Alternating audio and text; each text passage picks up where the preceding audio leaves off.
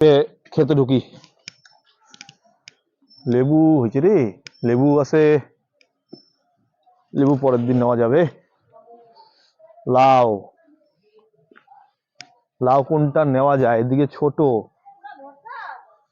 ছোট লাউ, এদিকে এদিকে আসেন দেখি, ওদিকে গিয়া কফি বড় হচ্ছে, বেগুন গাছও বড় হয়ে গেছে আমাদের। এই যে দেখেন করলা ধরতেছে গাছে, উচ্ছে ধরছে, উচ্ছে। আসো মিঠু, ওদিকে যাই।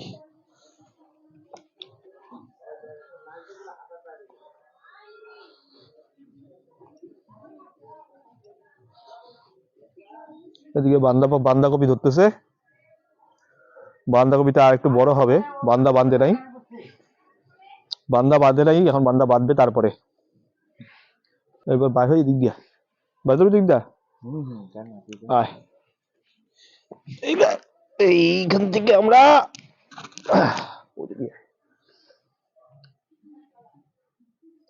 লাউ নিব।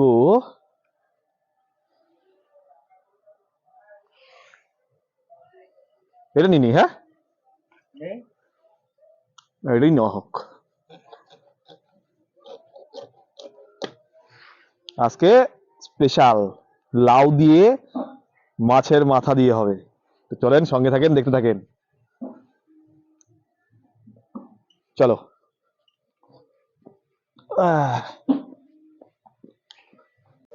আর লঙ্কা নিয়ে নিই, এটা আমাদের গাছের লঙ্কা, এটাকে পানবরের লঙ্কা বলে। এই লঙ্কাটা প্রচন্ড ঝাল হয়, 2টা থেকে 3টা লঙ্কা দিলে আপনি 10 জনের রান্নার যে তরকারি হবে সে তরকারির কাজ হয়ে যাবে। এই লঙ্কাটা প্রচন্ড ঝাল। এই যে দেখেন লঙ্কা, এই 4টা লঙ্কা দিলে ফাটাফাটি। গরম হয়ে এসছে, এবার তেজপাতা সম্পূর্ণে দিব, তেজপাতা আর জিরা, 1 চামচ পরিমাণ জিরা ফোড়নে দিয়ে দিলাম, ফোড়নে লঙ্কা দিয়ে দিলাম,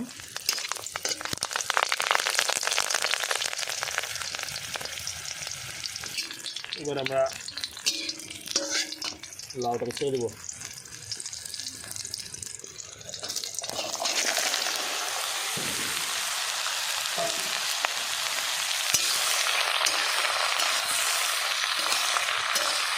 হলুদ 1 চামচ মতো,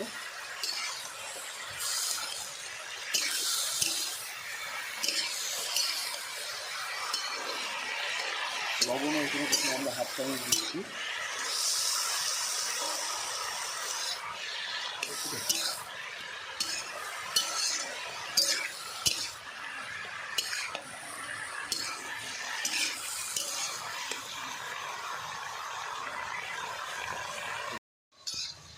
মাঝে মাঝে ঢাকনা খুলে একটু নাড়িয়ে নিতে হবে, নাহলে নিচে লেগে ধরতে পারে।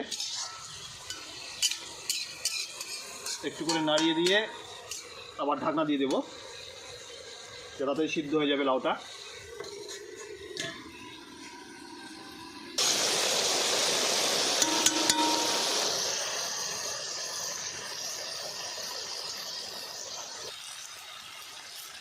আমাদের লাউ ভাজা প্রায় হয়ে গেছে,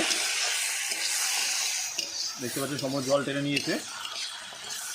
এবার আমরা আদা আর জিরা বেটে রাখা মশলা, সেটা একটু জল দিয়ে দিচ্ছি।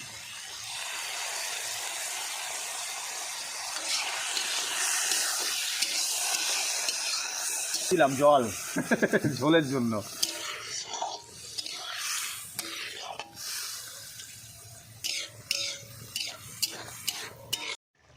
বন্ধুরা, আমাদের লাউয়ের তরকারি প্রায় কমপ্লিট।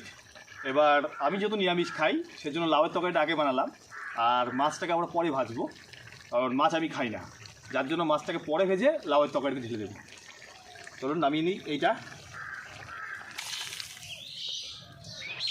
মাছ ভাজার জন্য কড়াইতে তেল দিয়ে দিলাম, এখানে মাছের মাথাগুলোকে ভেজে নেব। আমরা মাছের মাথাগুলোকে একে একে ছেড়ে দেবো। ভাজার জন্য।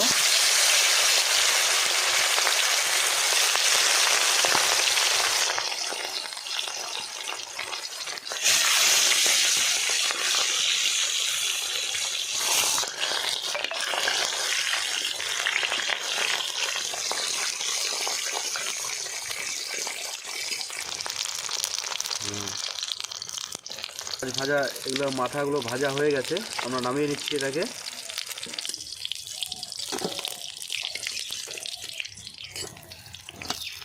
মাছগুলো যেগুলো ছাড়বো ওগুলাও ভেজে নিচ্ছি। এবার সবগুলো মাছকে ভেজে নেব।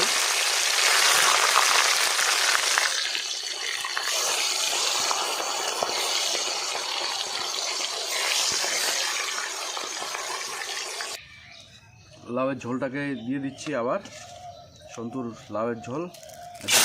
লাউ ঘন্ট হবে।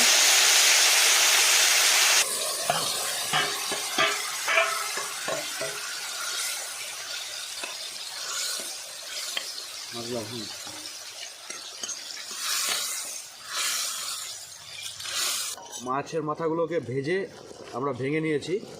এই ভাঙা মাছের গুলাকে আমি এই লাউয়ের মধ্যে দিয়ে দেবো।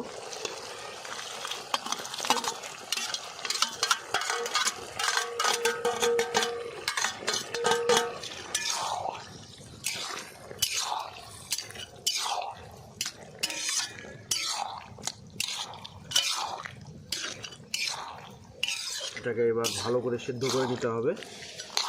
সিদ্ধ হয়ে যাওয়ার পরে আমি চালের গুঁড়া দিয়ে একটা বেটার বানিয়ে নিয়েছি, সেটাও দিয়ে দেব কিছুক্ষণ জাল হওয়ার পরে।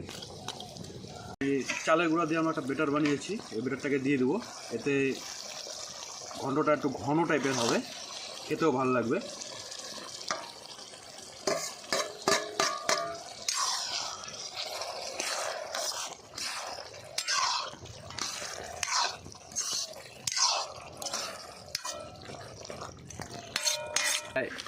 কমপ্লিট।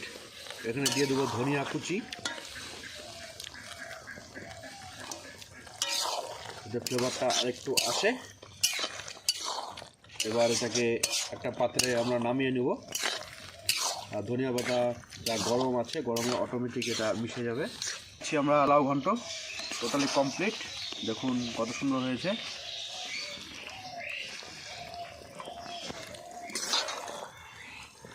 শীতের একদম টাটকা গাছের, খেতেও খুব গাছের টাটকা লাউ, সুন্দর হয় এটা। আমাদের বং ভিলেজে আজকে রান্না করা হলো লাউ ঘন্ট, সেটা মাছের মাথা দিয়ে। একদম কমপ্লিট, সুন্দর স্মেল বেরোচ্ছে এটা দিয়ে। আপনারাও এভাবে রান্না করবেন, আর বাড়িতেও আপনারা এভাবে রান্না করেন নাকি আমাদের কমেন্ট সেকশনে জানাবেন।